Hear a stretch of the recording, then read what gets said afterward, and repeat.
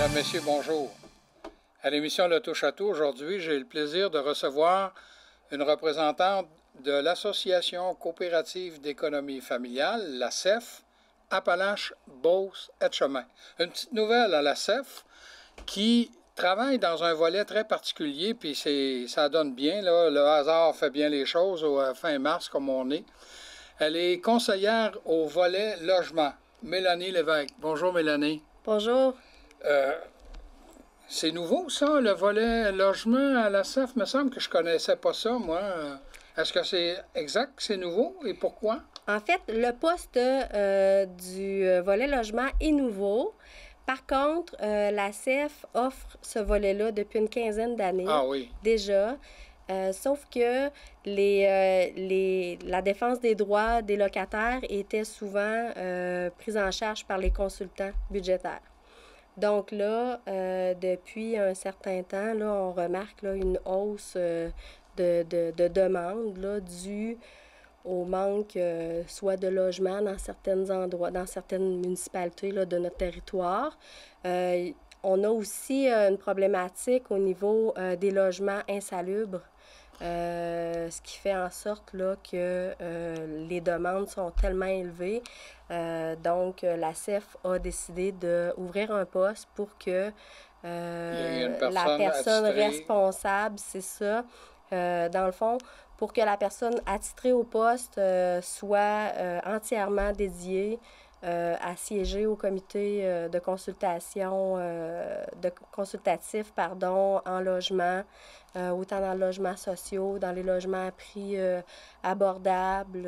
Donc, moi, mon poste à moi, mes fonctions sont vraiment de siéger, d'être dans le développement et également accompagner là, nos locataires dans leurs droits. Bon. Alors là, on est dans la semaine du 22 mars. C'est une semaine importante, là, dans l'histoire des logements, tout ça. Oui. Et là, la première question que je vais te poser, c'est spécialiste, toi, là, des logements. Alors, c'est quoi un bail? Parce que là, on va parler de ça, c'est inévitable. Oui. En fait, un bail, c'est un contrat qui est conclu entre un propriétaire et un locataire afin de définir les engagements et les ententes de la location, en fait. Le loyer, les conditions bail sont toutes inscrits dans le bail.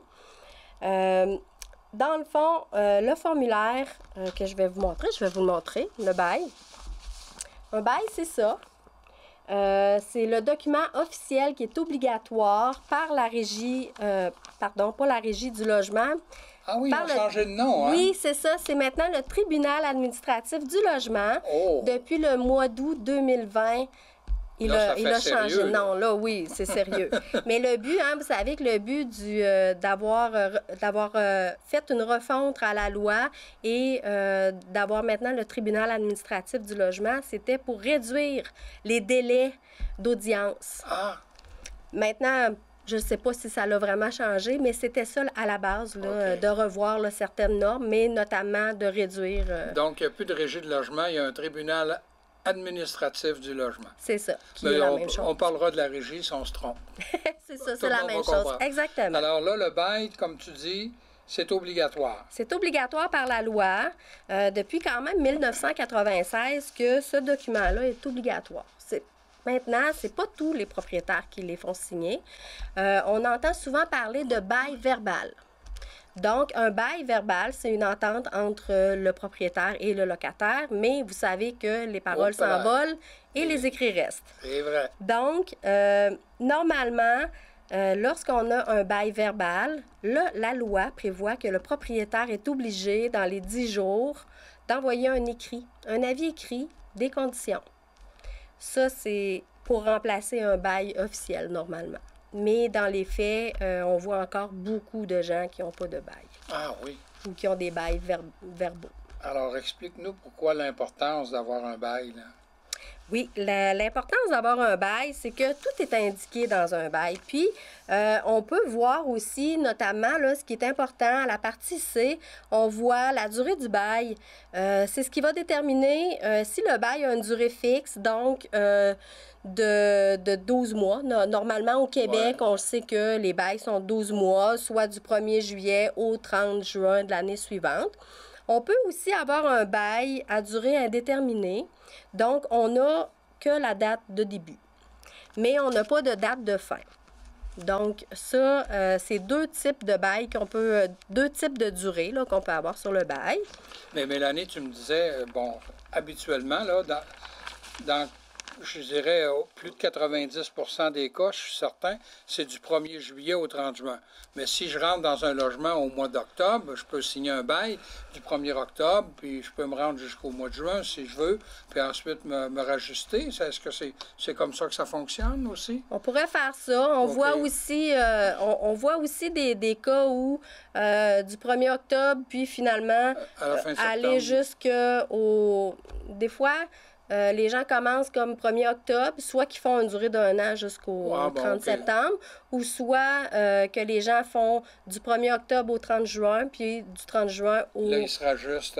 Ou ils peuvent faire aussi du 1er octobre.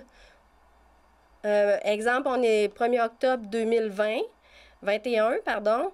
Là, on pourra aller jusqu'en juillet, jusqu'au 30 juin 2022. Vous comprenez, comme un bail d'1 an et demi. Ça peut arriver, on le voit, mais... Ça, comme tu disais, un bail, c'est un contrat, donc, entre deux parties, puis il y a moyen de s'entendre sur ça, de dire, ben moi, je vais prendre un bail de tant de mois. Oui, c'est ça. Mais ça va être écrit, parce que là, c'est écrit, ton bail, toi, c'est un contrat écrit, là. Oui. Puis, quand il n'y a pas de date, que c'est un bail à durée indéterminée, la loi le considère comme si c'était un bail d'une durée de 6 mois et moins. Donc, là, on va voir un petit peu plus tard là, les délais là, lorsqu'on reçoit un avis d'augmentation, qu'est-ce que ça va changer. On a aussi, ce qui est important dans un bail, la loi prévoit, ici on voit là, à l'article F, c'est important, là, si vous faites une location d'un appartement, d'un logement qui est dans un immeuble qui a été construite ou qui a eu un changement d'usage à l'intérieur de 5 ans, et moins, il n'y aura pas de restriction sur la hausse du loyer. Donc, ça, c'est important là, de... Oui, et Maurice Boulet, il est venu m'en parler de ça. D'ailleurs, il y a une pétition pour inviter le gouvernement à modifier ça. Parce que là, autrement dit, les gens qui habitent dans des résidences de moins de 5 ans, ils sont à la merci du propriétaire qui pourrait les augmenter, j'exagère peut-être, là, jusqu'à 30 %. Oui. Alors que ce n'est pas le cas pour d'autres qui sont dans des maisons qui ont plus de 5 ans. Dans les logements, là. Dans les logements, on parle de logements, là. Oui, c'est ça. Oui, c'est ça. Ça peut. C'est la seule. Dans le fond, les hausses de loyer ou les normes de reconduction de bail, on n'est pas rendu là. On va en parler tout à l'heure. Là, je te devance. Alors, je te laisse aller. Vas-y, Mélanie. Aussi, là, pour savoir, lorsqu'on signe un bail, souvent les gens ne le savent pas. Au bail, à l'annexe G, il y a avis nouveau locataire ou sous-locataire. Ça, ce que ça veut dire, c'est que normalement, le propriétaire doit indiquer le montant qu'il louait le logement à la personne précédente. Parce que la loi prévoit qu'il ne peut pas arriver, puis avec les exemples de l'année passée, louer un logement à 450 $, puis finalement, cette année, le louer à 800 $. Donc, ça peut aussi être régi, ça, là. Puis, s'il ne l'a pas indiqué, bien, le locataire aurait 2 mois à la signature, dans le fond, pour faire la demande au propriétaire et il pourrait s'adresser au tribunal administratif du logement pour faire fixer le loyer en conséquence là, de la loi, là, de ce que la loi prévoit. Donc, ça, c'est une clause qui est quand même importante. Oui, je comprends. Oui, parce qu'avec le manque de loyer, présentement, qu'on vit, surtout là, dans le secteur de la Beauce, là, Beauce-Sept-Chemins, Nouvelle-Beauce, là, Robert-Clich, c'est un gros problème, le manque de logement.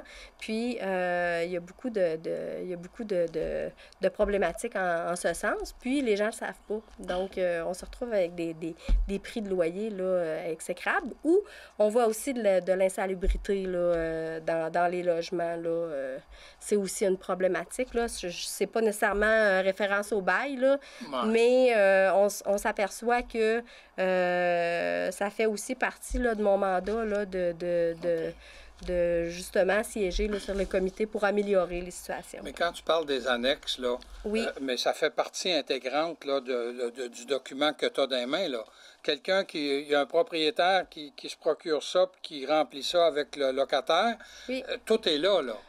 Tout est là. OK, le bail, on peut acheter un bail comme ça dans les dépanneurs, dans les librairies. Je sais pas, on voit le prix, là, c'est 1,99 $. Bon. Fait que c'est pas... puis, vous pouvez l'exiger à votre propriétaire, là. OK. Un bail comme ça va être fait pour tous les locataires.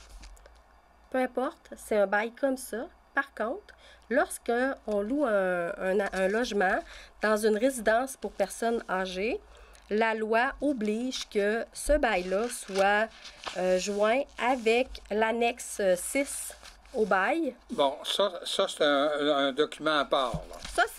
Ça vient avec le bail. Oui. Par contre, c'est l'annexe 6 qu'on va utiliser lorsqu'on va aller habiter dans une résidence là, pour personnes âgées. Donc, la loi prévoit qu'on signe ce bail-là.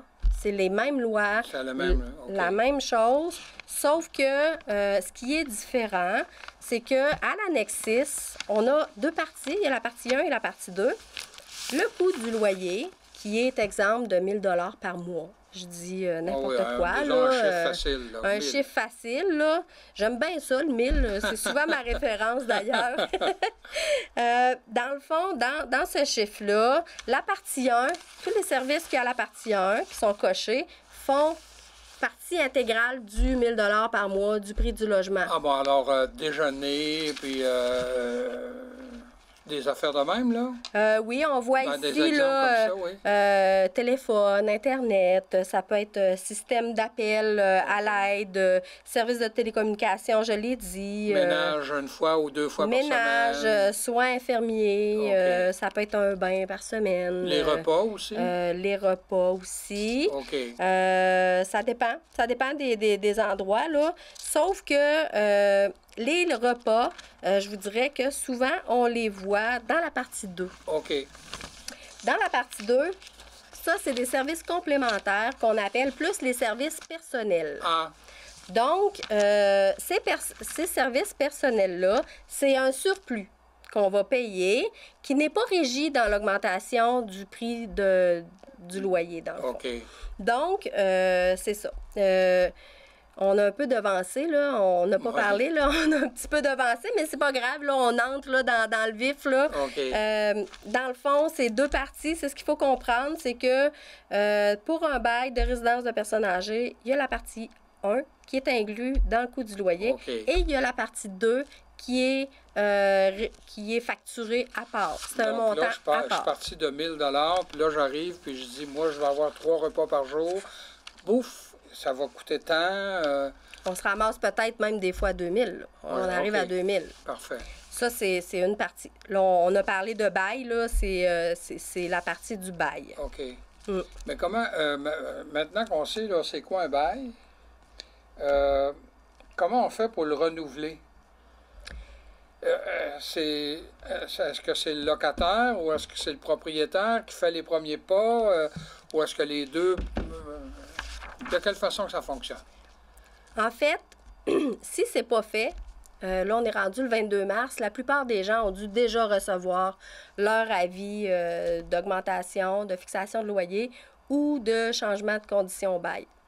Quand tu dis que ça devrait être fait, là, c'est parce que on se réfère au fait que le bail va commencer le 1er juillet. Donc, c'est une période de 3 mois avant, là, c'est ça?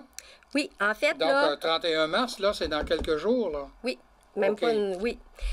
Au Québec, le bail... Souvent, ce qu'on voit au Québec, là, c'est... Le bail est d'une durée de 12 mois, 1er juillet au 30 juin. C'est souvent, là, ce qu'on voit, là... C'est pas mal régulier. Donc, le propriétaire, lui, a jusqu'au 31 mars. Donc, c'est 6 mois 3 à 6 mois avant la fin du bail qui doit signifier ou qui doit envoyer un avis de modification ou de fixation de loyer, là. Dans le fond, le propriétaire, lorsqu'il nous envoie son avis, on a 1 mois pour répondre. OK. OK. Et normalement... Quand on dit répondre, c'est dire on est d'accord ou pas. Oui. Normalement, ce qu'on voit, c'est que le propriétaire, normalement, il devrait prendre ce formulaire-là, qui est aussi sur le site du tribunal administratif du logement. Puis, c'est indiqué avis d'augmentation de loyer ou modification aux conditions du bail. Okay. Ça, c'est le document officiel, mais dans les faits, il n'est pas toujours utilisé. Ça, on le sait. Et ce qui est important que le propriétaire indique dans son avis, ça, c'est ce qu'on voit. Moi, j'ai vu, là, depuis que je suis à la CEF, là, je vois beaucoup de gens qui me téléphonent et qui me disent « J'ai reçu une augmentation. Mon propriétaire, il me dit « Signe ça tout de suite, ça presse. J'ai une augmentation de 20 $. Je sais pas comment ça fonctionne. Je trouve que c'est cher. Qu'est-ce que je fais avec ça? » Oui. Moi, je leur demande, est-ce que dans son formulaire qu'il vous a envoyé, dans son avis, est-ce que vous aviez 3 choix? Est-ce qu'il vous a indiqué les 3 choix? Ça, c'est quelque chose que je veux vraiment là, que les gens retiennent aujourd'hui, c'est les 3 choix. Ah oui, OK. Oui, parce que lorsqu'on reçoit une augmentation ou un avis d'augmentation du propriétaire, sur l'avis, normalement, ça devrait être indiqué les 3 choix. Donc, je reçois cet avis-là, moi, aujourd'hui. Ça me convient. J'accepte, je renouvelle mon bail. Je signe, il n'y a pas de problème. Mon bail se renouvelle aux conditions que le propriétaire m'a indiquées. Je refuse. Moi, je refuse, puis je m'en vais, de toute façon. Mais j'ai 1 mois quand même pour lui répondre. Fait que on est le 22 mars, j'ai jusqu'au 22 avril. Pour lui dire qu'on refuse l'augmentation. Que je refuse l'augmentation et que je quitte mon loyer. OK. Mais il y a la 3e option, le 3e choix que souvent est oublié. Je renouvelle mon bail, je refuse l'augmentation et je reste. Parce qu'on peut refuser une augmentation et rester dans son loyer. Ça, c'est un droit qui est reconnu pour le locataire. Et là, c'est le tribunal administratif du logement qui va avoir à trancher? Oui. Et là, ce qui va arriver dans ce cas-là, le locataire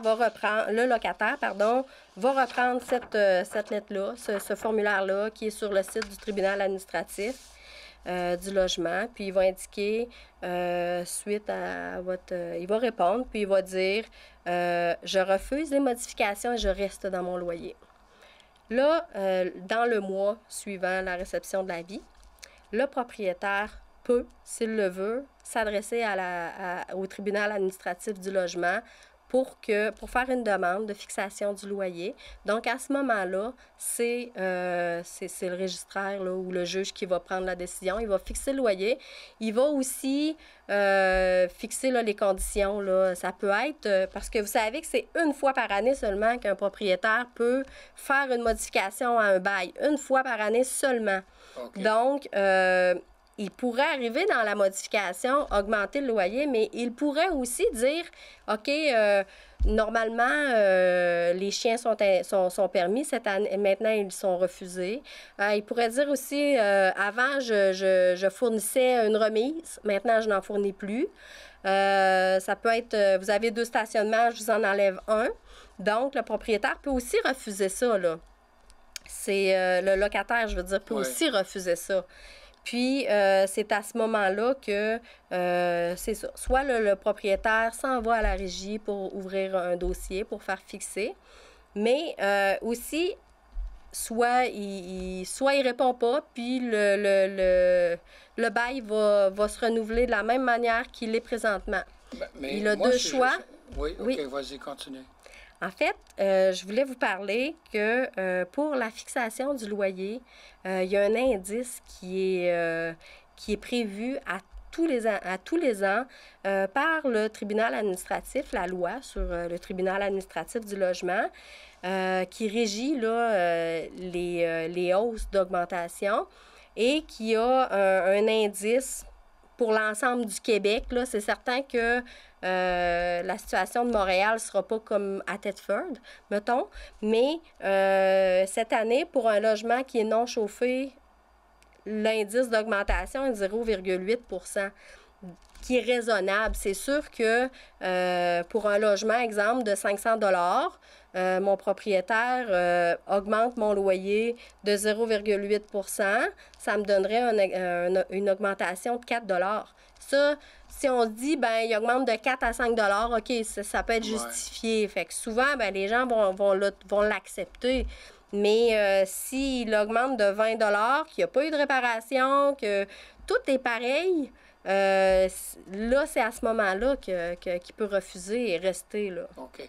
Mais si je comprends bien, c'est pas le locataire, mais c'est le propriétaire qui devra s'adresser au tribunal. Oui. OK. Oui, et... Mais entre-temps, là, supposons que le propriétaire m'envoie un avis, puis il me dit, moi, je veux t'augmenter de 30 $. Alors, moi, j'y réponds dans le mois suivant, je refuse de l'augmentation, mais je veux rester sur place. Oui. Est-ce que lui, il peut revenir à la charge puis dire, bon, finalement, 15 $, ça serait correct. Est-ce qu'il peut négocier avec moi? Ben Une oui. bonne question. Oui. Oui, il pourrait faire ça. Oui, OK. Mais je vous dirais que quand vous recevez une augmentation, un avis d'augmentation comme ça, que vous avez un doute, appelez-moi. Ah! Appelez-moi la CEF. Je vais vérifier avec vous. Il y a des critères, il y a un tableur qu'on peut calculer si l'indice, si l'augmentation, elle est raisonnable ou pas. OK. Donc, appelez-moi. Ça va vraiment me faire plaisir de vous répondre, de regarder avec vous, puis de vous dire qu'est-ce qu'il y en est, là. Donc, vous, ça va vous donner ça va vous donner une assurance, puis aussi les connaissances de se dire, OK, c'est vraiment trop cher, je refuse. Puis aussi, les propriétaires ne le disent pas que vous pouvez refuser de rester. C'est un droit fondamental. Là. Le droit au maintien des lieux, c'est vraiment... personne peut... Il n'y a personne qui peut nous mettre dehors de notre logement autre qu'un juge ou un registraire, là, au tribunal. Donc là, tu t'invites les gens à t'appeler. Alors, oui, on va donner le numéro de téléphone. Alors, c'est 88? Oui, 88 338 4755 au poste 304. OK, alors je répète, 88 338 4755, poste 304. Oui, c'est ça. Il nous reste 2 minutes. Est-ce qu'on a le temps de parler des baux du bail pour les personnes âgées? Oui, c'est vraiment important. Oui, c'est important parce que on remarque là, qu'il y a un exode là, de nos aînés là, vers les milieux urbains là, parce que il y a beaucoup de petites résidences pour personnes âgées qui doivent fermer à cause des normes là, incroyables là, provenant du ministère, puis ils n'y arrivent plus. Donc, ce qui fait que les aînés s'en viennent en ville. Puis, dans des logements neufs dans lesquels ils ne sont pas régis dans les hausses de loyer. Ah oui, les 5 ans, là, oui. Oui, le 5 ans et moins. Donc, on a vu d'ailleurs à Sainte-Marie, au château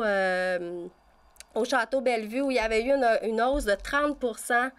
Et là, l'information a coulé dans les médias, puis avec la pression médiatique, là, le propriétaire a revu là, à la baisse l'augmentation parce que c'est dommage de voir là, tout ce qui peut arriver là, avec nos aînés, puis toutes les résidences là, pour personnes âgées neuves sont plus ou moins régies. Puis il y a des hausses là, incroyables. Là. C'est vraiment triste là, de constater tout ça. Là. Encore là, si les gens ont des doutes, ils ont juste à t'appeler. Oui. Parce que là, toi, tu es conseillère au volet logement, puis tu ne fais, quand je dis que ça, là... Oui, c'est mon mandat principal. C'est ton mandat. Et on est là pour vous aider. N'hésitez pas à nous appeler, ça nous fait plaisir. C'est un service qui est confidentiel et gratuit. C'est important de le dire, c'est gratuit, puis on n'est pas là pour vous juger, on est là pour vous aider. Ça va vraiment me faire plaisir de vous parler. N'hésitez pas à m'appeler. Merci, Mélanie. Ça me fait plaisir. Merci de m'avoir reçu. J'avais le plaisir de recevoir Mélanie Lévesque, conseillère au volet logement à la CEF, Appalaches, Beauce et Chemin. Revenez-nous la semaine prochaine.